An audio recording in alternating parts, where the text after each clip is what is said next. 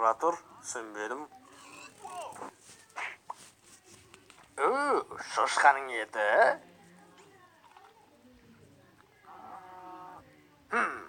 Бұл эпик ет уақыты.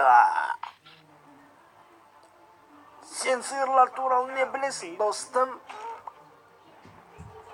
Сеньор Чикен, енді жоқ. 1 бекон, 2 бекон, 3 бекон, 4 бекон, және де эпик бекон. Ал енді біз күтеміз.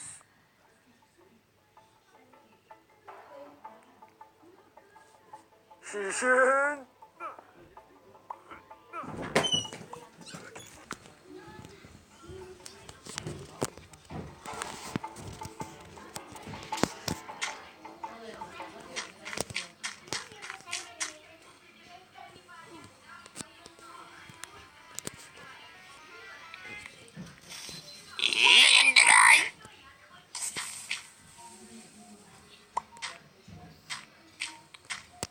Базар жоқ.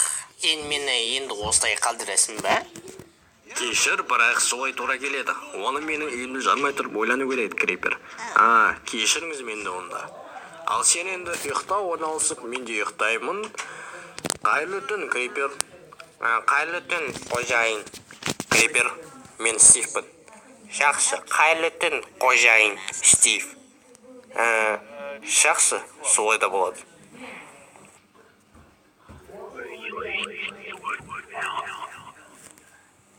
Крипер, тынышталшы. Бұл мен емес, қожайын. Мен тек мына әдемі жасалған жерге қарап отырмын. Қандай ғажап. Онда сырттағы біреу болды ма?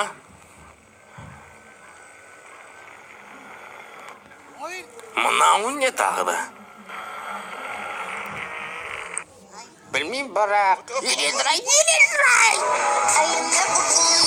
Достар, осының келесі бөлімін көріңіз келсе, маған 100 лайк жіберсек, 100 лайк бассаңыздар, 5 лайк болмасын енді деп ойлаймын. Болмайтын шығар. Осы видеоны лайк бассаңыздар және комментарийіңізді істермен бірге болған. Десіп кеткен қалса